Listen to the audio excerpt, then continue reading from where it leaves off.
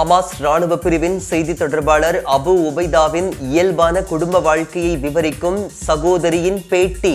அபு உபைதாவின் தனிப்பட்ட வாழ்க்கை. முகமூடியின் பின்னால் இருந்த அமைதியான மனிதர்.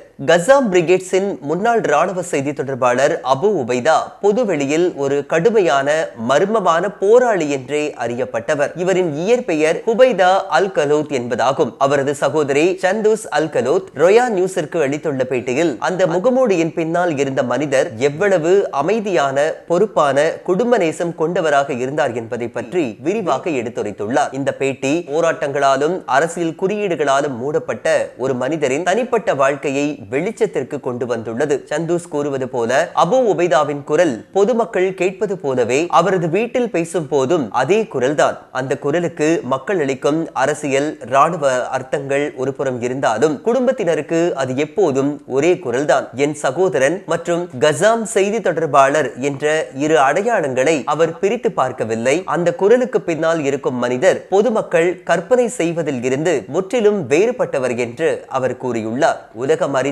கெஃபியா, ராணுவ அறிவிப்புகள், கடுமையான உருவம் ஆகியவற்றிற்கு அப்பால் வீட்டில் அபு உபைதா ஒரு சாதாரண மனிதராகவே வாழ்ந்தார். அவரது வீட்டில் குழந்தைகளுக்கு தந்தை, சகோதரர்களுக்கு சகோதரன், மனைவிக்கு அன்பான கணவன். வீட்டில் அவர் எந்த வேடமும் அணியவில்லை. அமைதியான, மென்மையான, மனிதநேயம் மிக்க வாழ்க்கை அவருடையது என்றும் தொலைக்காட்சியில் அவர் பேசுவதை சந்தூஸ் மற்றவர்களைப் போலவே பார்த்தார். அவர் என்ன பேச போகிறார் என்பது முன்பே தெரியாது. தனிப்பட்ட வாழ்க்கையில் அவர் மிகுந்த பொறுமையும் அறிவும் கொண்டவர். தேவையான நேரங்களில் மட்டுமே கடுமையை காட்டுவார். தினசரி வாழ்வில் அவர் மிக குறைவாகவே பேசும், வார்த்தைகளை எடை போட்டு பேசும் மனிதர். பொது வெளிச்சத்திலிருந்து விலகி சிறிய மகிழ்ச்சிகளில் அவர் ஆறுதல் கண்டார். காஃபி அவருக்கு மிகவும் பிடித்த பானம். அது எப்போதும் அருகிலேயே இருந்தது. மக்தோல், திராட்சை இலைகளில் சுட்ட உணவு போன்ற பாரம்பரிய உணவுகளை அவர் விரும்பினார். இவை வீட்டு நினைவுகளையும் சாதாரண வாழ்க்கையின் சுவையையும் அவருக்கு நினைவூட்டின. உலகம் அவரை ஒரு ராணுவ சின்னமாக பார்த்தாலும் இத்தகைய எளிய விருப்பங்கள் அவரை நிலை நிறுத்தின. ஆயுதங்களுக்கும் பொறுப்புகளுக்கும் அப்பால் அவரது இயல்பான பரிவு நிறைந்தவராகவே இருந்தார் என்று அவரது சகோதரி குறிப்பிட்டுள்ளார். வீட்டு பொறுப்புகளில் அவர் ஈடுபட்டார். மனைவி சமூகத்திலிருந்து துண்டிக்கப்படக்கூடாது என்பதில் அக்கறை கொண்டார். குழந்தைகளை வெளியே அழைத்துச் செல்வது, மனைவியை தனது ஊடக மற்றும் பத்திரிகை தொழிலில் தொடர ஊக்குவிப்பது போன்றவற்றை செய்தார். அவரது வாழ்க்கை இயல்பற்ற சூழ்நிலைகளால் கட்டப்பட்டிருந்தாலும் கல்வி, வளர்ச்சி, தனிப்பட்ட முன்னேற்றம் ஆகியவற்றை அவர் ஊக்குவிக்க செய்தார். பாதுகாப்பு காரணங்களால் சமூக உறவுகள், வருகைகள் குறைந்திருந்தாலும் கிடைக்கும் நேரங்களில் குடும்பத்தை சந்தித்து அவர்களின் மகிழ்ச்சியையும் துயரத்தையும் பகிர்ந்தார். அந்த சந்திப்புகள் குறுகியதாக இருந்தாலும் நீண்ட கால தாக்கத்தை ஏற்படுத்தின. அவர் பேசும் வார்த்தைகள் அவர் சென்ற பிறகும் நினைவில் நிலைத்திருந்தன. ஒரே வார்த்தையில் அவரை விவரிக்க சொன்னால் பொறுப்புள்ளவர் என்று அடையாளப்படுத்துகிறார் சந்தூஸ். வீட்டில் மனைவி, குழந்தைகளிடம் சிறிய விஷயங்களிலும் அவர் கவனமாக இருந்தார். மனைவியின் பிரசவத்திற்கு பிந்தைய காலகட்டத்தில் அவர் சோர்வாக இருந்த போது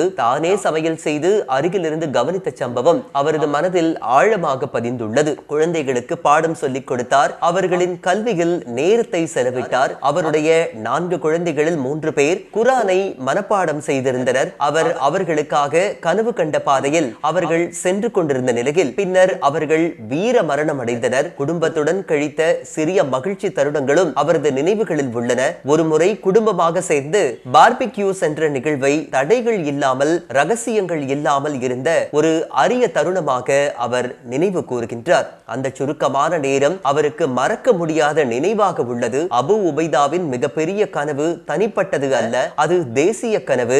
ஆக்கிரமிப்பு முடிவடைய வேண்டும், விடுதலை கிடைக்க வேண்டும், அல்-அக்ஸா பள்ளிவாசலின் கதவுகள் திறக்கப்பட வேண்டும் என்பதே அவரது விருப்பம். இதனுடன் அவர் 2013 இஸ்லாமிய அகீதாவில் முதுகலை பட்டம் பெற்றார். முனைவர் பட்டத்திற்கும் சேர்ந்தார். ஆனால் காசா மற்றும் பாலஸ்தீனில் ஏற்பட்ட நிகழ்வுகள் அவரது படிப்பை தொடர அனுமதிக்கவில்லை. ஒரு சகோதரராக, அன்பானவராக, நம்பிக்கை அளிப்பவராக அவர் இருந்தார். தனது பணியின் தன்மை காரணமாக சாதாரண சகோதரராக நடந்து கொள்ள முடியாததுதான் அவருக்கு துன்பமாக இருந்ததாக சந்தூஸ் கூறுகின்றார். மறைவாக வாழ வேண்டிய கட்டாயம் அவரது சமூக உறவுகளை பாதித்தது. இருந்தாலும் அவர் அளித்த ஆதரவும் உறுதியும் குடும்பத்தினருக்கு பாதுகாப்பு உணர்வை தந்தது. போரின் காலத்தில் 2023 அக்டோபர் 7 முதல் 2025 பிப்ரவரி இறுதி வரை அவர் குடும்பத்தை சந்திக்கவில்லை. சில நேரங்களில் அவர் உயிரிழந்து விட்டார் என்று குடும்பம் நம்பிய தருணங்களும் இருந்தன. பின்னர் அவர் திரையில் தோன்றி உயிருடன் இருப்பதை உறுதிப்படுத்திய போதுதான் அந்த அச்சம் நீங்கியது. தாயை பற்றி பேசும்போது சந்தூசின் குரல் மென்மை அடைகின்றது. உபைதா இயல்பாகவே மிகுந்த பரிவுடையவர், தாயின் அன்பை பெற்றவர். போரின் உச்சத்திலும் ரகசியமான வழிகளில் தாயின் நலனை விசாரித்தார். தாயை மகிழ்விப்பது அவருக்கு கடமையல்ல, உள்ளார்ந்த தேவையாகவே இருந்தது. மொத்தத்தில் அபு உபைதா பொது வெளியில் ஒரு கடுமையான சின்னமாக இருந்தாலும் வீட்டில் அவர் ஒரு அன்பான தந்தை, பொறுப்பான கணவன், பாதுகாப்பளிக்கும் சகோதரன். அந்த மனிதரின் முழுமையான மனித நேயத்தை அவரது சகோதரியின் வார்த்தைகள் இனிமையாக வெளிப்படுத்துகின்றன. வெனிசுலா அதிபர் நிக்கோலஸ் மாதுரோவும் அவரது மனைவி சிலியா புளோரஸும் அமெரிக்க ராணுவ நடவடிக்கையில் கைது செய்யப்பட்டதை தொடர்ந்து நியூயார்க் நகர மேயர் சோஹ்ரான் மம்தானி அதற்கு கடும் எதிர்ப்பு தெரிவித்துள்ளார். இந்த நடவடிக்கையை ஆட்சி மாற்றத்தை நோக்கிய வெளிப்படையான முயற்சி என்றும் போர் செயல் என்றும் அவர் விமர்சித்துள்ளார். இதன் தொடர்ச்சியாக அமெரிக்க அதிபர் டொனால்டு டிரம்பை நேரடியாக தொலைபேசியில் தொடர்பு கொண்டு தனது எதிர்ப்பை பதிவு செய்ததாக மம்தானி செய்தியாளர்களிடம் கூறியிருந்தார். அமெரிக்கா ஒருதலை பட்சமாக ஒரு நாட்டை தாக்குவது அமெரிக்க சட்டத்திற்கும் சர்வதேச சட்டத்திற்கும் எதிரானது என்று அவர் வலியுறுத்தியுள்ளார். தனது சமூக வலைதளமான எக்ஸில் வெளியிட்ட பதிவில் வெனிசூலாவில் நடத்தப்பட்ட அமெரிக்க ராணுவ நடவடிக்கையை அவர் சட்டவிரோதமான ஆட்சி மாற்ற முயற்சி என்று குறிப்பிட்டுள்ளார். மாத்ரோ தம்பதியினர் நியூயார்க் நகரத்திற்கு கொண்டு வரப்பட்டு அங்கு வழக்குகளை எதிர்கொள்ளவிருப்பதாக செய்திகள் தெரிவிக்கின்றன. இந்த சம்பவம் வெனிசூலாவை மட்டுமல்ல, நியூயார்க் நகரில் வாழும் 10,000கணக்கான வெனிசூலா குடியிருப்பாளர்களின் பாதுகாப்பையும் பாதிக்கக்கூடும் என்று மம்தானி எச்சரித்தார். அவர்களின் நலனும் நியூயார்க் மக்களின் பாதுகாப்பும் தான் தனது முதன்மை கவலை என்றும் நிலைமையை நிர்வாகம் தொடர்ந்து கண்காணித்து தேவையான வழிகாட்டுதல்களை வழங்கும் என்றும் அவர் தெரிவித்துள்ளார். இந்த விவகாரம் அமெரிக்க வெளிநாட்டு கொள்கை குறித்த புதிய அரசியல் விவாதங்களை தற்போது ஏற்படுத்தியுள்ளது. இஸ்ரேலில் கட்டாய ராணுவ சேவைக்கு எதிரான ஹரேதி எதிர்ப்பில் மேற்கு ஜெருசலத்தில் காவல்துறையின் பழமையான யூதர்கள் மோதல் ஏற்பட்டுள்ளது. மேற்கு ஜெருசலத்தில் உள்ள ராணுவ ஆட்சேர்ப்பு அலுவலகம் முன்பு இஸ்ரேல் காவல்துறை மற்றும் பழமைவாத ஹரீதி யூதர்களிடையே கடும் மோதல் ஏற்பட்டதாக இஸ்ரேலிய ஊடகங்கள் செய்திகளை வெளியிட்டுள்ளன. கட்டாய ராணுவ சேவைக்கு எதிர்ப்பு தெரிவித்து நூற்றுக்கணக்கான ஹரீதி மாணவர்கள் போராட்டத்தில் ஈடுபட்டனர். சாலையை மறித்து ஆள் சேர்ப்பு அலுவலகத்திற்கு செல்லும் வழியை தடுக்க முயன்ற போராட்டக்காரர்களை கலைக்க போலீசார் துர்நாற்றம் கொண்ட நீர் பீரங்கிகளை பயன்படுத்தினர். இந்த மோதலின் போது ஒருவரை போலீசார் கைது செய்தனர். டெல் அவீவ் அருகேயுள்ள கிட்ரியாத் ஓனோ என்ற நகரிலும் ஹரீதி யெஷிவா மாணவர்கள் போராட்டத்தை நடத்தினர்.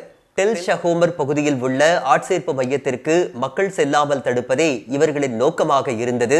சமீப மாதங்களாக கட்டாய ராணுவ சேவைக்கு எதிரான ஹரீதி சமூகத்தின் எதிர்ப்பு தீவிரமடைந்து வருவதால் போலீசாருடனான மோதல்கள் அதிகரித்துள்ளன. இந்த போராட்டங்களுக்கு மிக முக்கிய காரணமாக 2024ஆம் ஆண்டு இஸ்ரேல் உச்சநீதிமன்றம் வழங்கிய தீர்ப்பு அமைந்துள்ளது. அந்த தீர்ப்பின் மூலம் இந்த பிரிவினரின் ஆண்களுக்கு நீண்ட காலமாக வழங்கப்பட்ட ராணுவ சேவை விலக்கு ரத்து செய்யப்பட்டது. மேலும் சேவைக்கு செல்ல மறுக்கும் மாணவர்கள் பயிலக்கூடிய மத கல்லூரிகளுக்கு அரசு நிதியுதவி வழங்கக்கூடாது என்றும் உத்தரவிடப்பட்டது. இஸ்ரேல் மக்கள் தொகையில் சுமார் 13% உள்ள ஹரேதி சமூகத்தினர் ராணுவ சேவை தங்களின் மத அடையாளத்திற்கும் சமூக அமைப்பிற்கும் அச்சுறுத்தலாக இருப்பதாக கூறுகின்றனர். மத நூலான தோராவை படிப்பே தங்களுக்கு வாழ்வாதாரம் என்பதால் முக்கிய மத தலைவர்கள் ஆட்சேர்ப்பு உத்தரவை கிழித்தெறியுமாறு ஆதரவாளர்களை ஊக்குவித்து வருகின்றனர். பல தசாப்தங்களாக மத படிப்பு காரணமாக மீண்டும் மீண்டும் ஒத்திவைப்புகளை பெற்று 26 வயதில் முழு விலக்கு பெறும் நடைமுறை இருந்து வந்தது.